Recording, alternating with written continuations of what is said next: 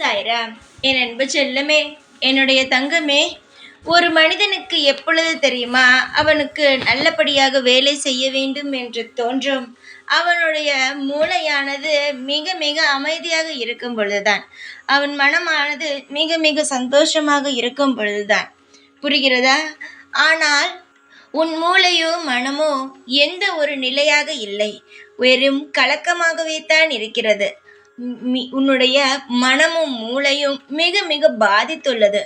ஏனென்றால் உன்னை சுற்றி நடந்த பிரச்சனைகள் அப்படி. யாரை நம்பினாயோ அவர்கள் விட்டு சென்றார்கள். உன் கையில் இருந்த அனைத்து பணங்களும் அவர்களுக்காகவே போனது. இப்பொழுது அவர்கள் உன்னை விட்டு போனதற்கு அப்புறம் என்ன செய்வது என்று தெரியாமல் நீ தடுமாறி நிற்கிறாய். என்னுடைய தங்கத்திற்கு நான் ஒன்றே ஒன்று சொல்கிறேன்.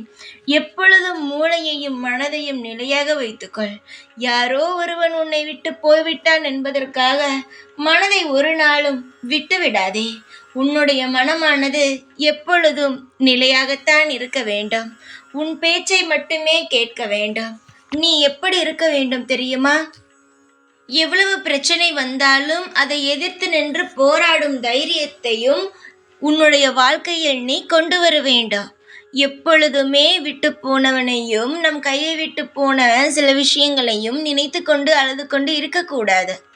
நம் எல்லோர் மத்தியிலும் தைரியமானவள் என்று தான் நிரூபிக்க வேண்டுமே தவிர ஓரிடத்தில் அமர்ந்து கொண்டு இருப்பது சரியான ஒரு பழக்கம் அல்ல.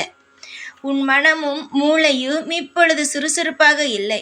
ஏதோ ஒன்றை சிந்தித்து கொண்டு அழுது கொண்டு இருக்கிறது. ஆனால் நான் ஒன்று சொல்கிறேன், இது அனைத்தையுமே விட்டுவிடு.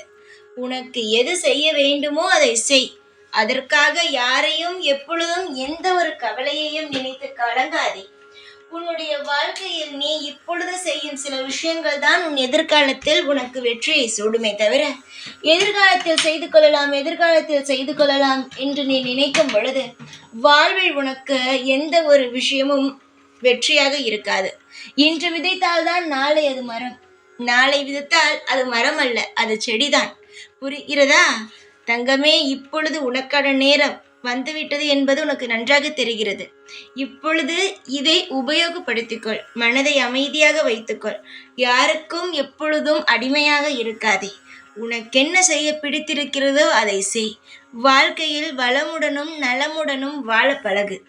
எல்லா நேரமும் சோர்ந்து அமைதியாக உட்கார்ந்திருந்தால் எல்லா நேரமும் யாரும் தூக்கிவிட மாட்டார்கள். நீதான் உன்னை தட்டி கொடுத்து எழுந்து உன் வாழ்க்கையை வாழ வேண்டும். சில சமயம் நமக்கு சோர்வாக இருக்கும். எவ்வளவோ நம்பினோம், எல்லாம் நம்மை விட்டு போய்விட்டது, அனைவரும் ஏமாற்றி விட்டார்கள் என்று தோன்றும். ஆனால் அப்பொழுது சொல்ல வேண்டும், நமக்காக நாம் இருக்கிறோம். நிச்சயமாக நம் வாழ்க்கையை நாம் காப்பாற்றுவோம் என்ற நம்பிக்கையை நமக்குள் உருவாக்கி கொள்ள வேண்டும். இவ்வுலகில் மற்றவன் சொல்லும் ஆறுதலை விட தமக்கு தாமே சொல்லும் ஆறுதல் மட்டுமே தான் நிலையானது, உறுதியானது. மற்றவன் சொல்வான், ஏதோ சொல்வான்.